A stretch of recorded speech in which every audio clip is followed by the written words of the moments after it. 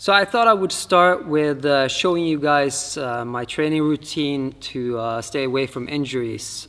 These exercises are called antagonistic training, or for climbers that is, because you do kind of the opposite movement of climbing. You know, in climbing you always pull down. Now I'm going to show you some exercises where you push. It's very healthy for you. I've never been injured. I've bragged about that a lot.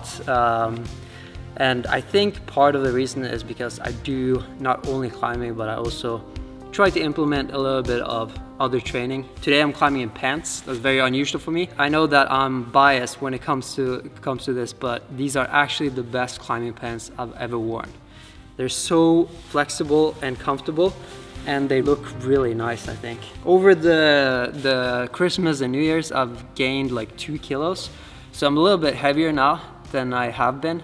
But I think, like I said this in the fall, I said that my goal was to gain a little bit of weight. And now I'm like 71 kilos. And I think I'm gonna try to stay at this weight. Okay, so first exercise is bench press. I know that all of you know how that works. This is 70 kilos. I'm gonna do that 5 times. And then I'm gonna do 3 series of that.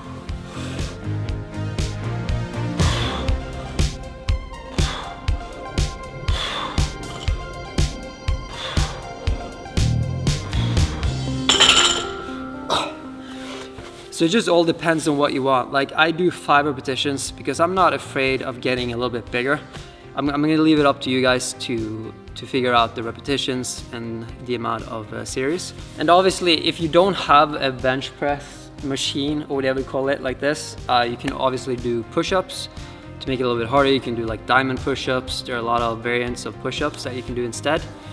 The next exercise that I often do is dumbbell shoulder press. I like to use a bench like this that you can adjust, and I like to put it all the way up so that your posture is like as good as it can be. So you kind of use the leg a little bit just to get it up. And then I do 5 of these as well. I'm sure that a lot of you watching are much better than I am, so please correct me. And also, if you want to do this, you could also check out videos from people who actually know what they're talking about. I'm just talking from personal experience. And if you don't have access to a gym, you can also do handstand push-ups instead of this. So these rolls you can either make yourself or you can buy them online. Grip Genie, Jujimufu's website has one, I think. You just have to get a feel for what weight works for you. This roll is also really worn out. So this part of the forearm is what you train while climbing mostly. So this exercise is supposed to support the upper side, I guess, of the forearm, this side. So like this. Should have been a little bit longer though. So I believe this one is called prone dumbbell fly. I have 10 kilos in each arm. So I lean forward a little bit and I try to keep my body as stable as possible. And then I just do this. And I do like 10 repetitions of that. And I really feel it in my shoulders and back. And it really feels good. It feels like, kind of like, afterwards I straighten my back and I like walk around with like a really good posture afterwards.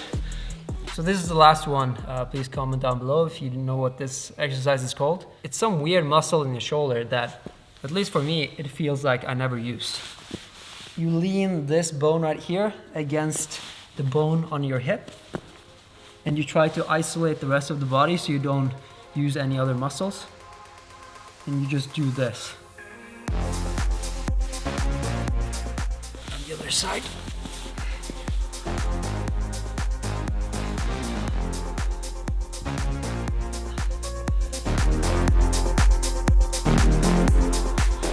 So because these exercises, especially like bench press and stuff, you build a lot of muscle, especially if you do a lot of repetitions.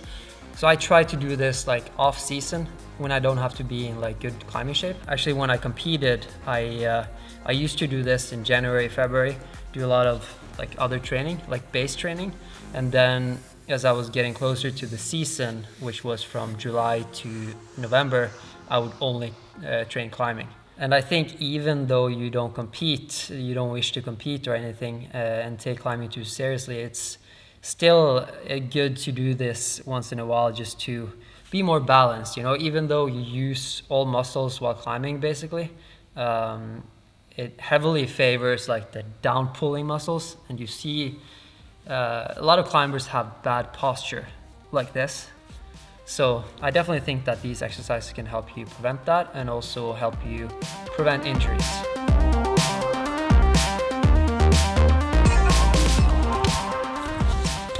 Okay, slab of the week.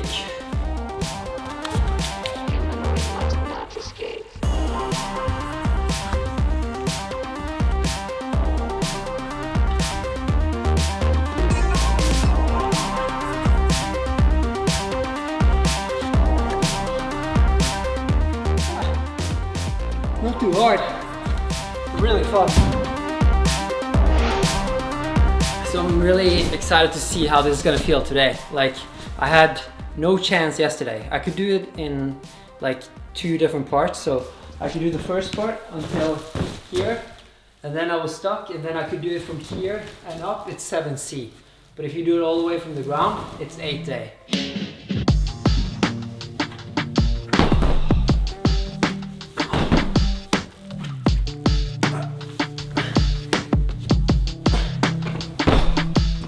I think I gotta go back tomorrow.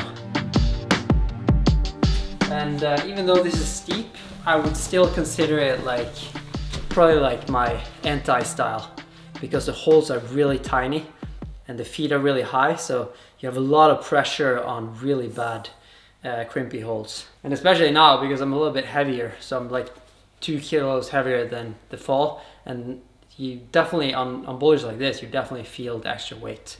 On some boulders though, it's nice to have a little bit more beef to pull with, but on this, it's definitely a disadvantage.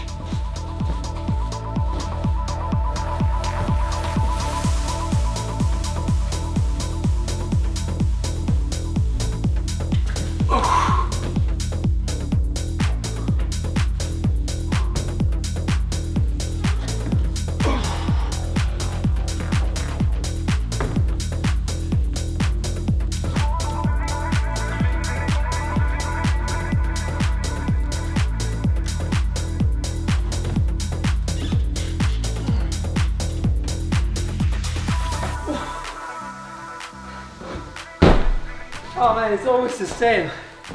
Whenever you guys are watching, I always perform so much better.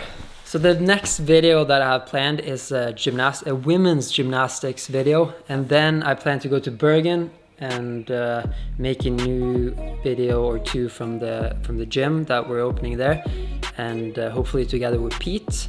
And then I'm gonna go to Switzerland hopefully for the ice climbing World Cup. And I'm gonna learn how to ice climb. I've never done it before. And there's like I have a world champion coach who's gonna teach me. So that's gonna be really interesting. So on this one, I've already figured out the beta kind of. You're supposed to go feet first. You start here, but I found a way to cheat it. So I just start straight, and then I just do like 1 powerful move to skip that whole sequence. But the upper part is really hard for me, and it's a really long boulder, but by doing it that way in the start, I kind of save a few moves, so I'm not like super fatigued when I get to the end. Oh, that was a dry fire.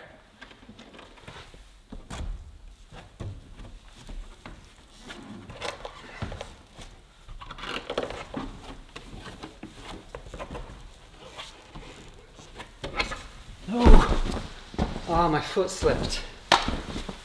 So you grab this, make a toe hook, come out to this, and then from the volcano going to the top hold, like you grab the intermediate and you go again. For me, that's the crux, like the red point crux. So when you say the red point crux, it means that it's maybe not the hardest move, but it's the hardest move coming from the ground.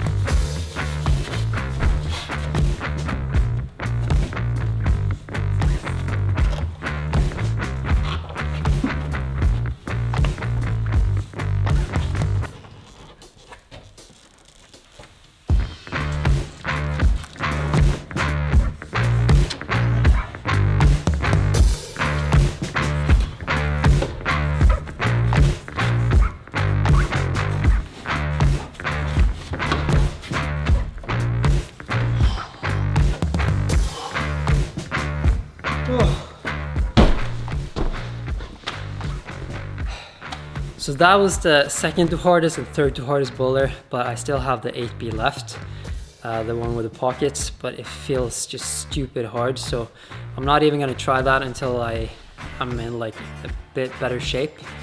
So I'm gonna end the video there. Thank you guys so much for watching. Make sure to like and subscribe, and I will see you next time.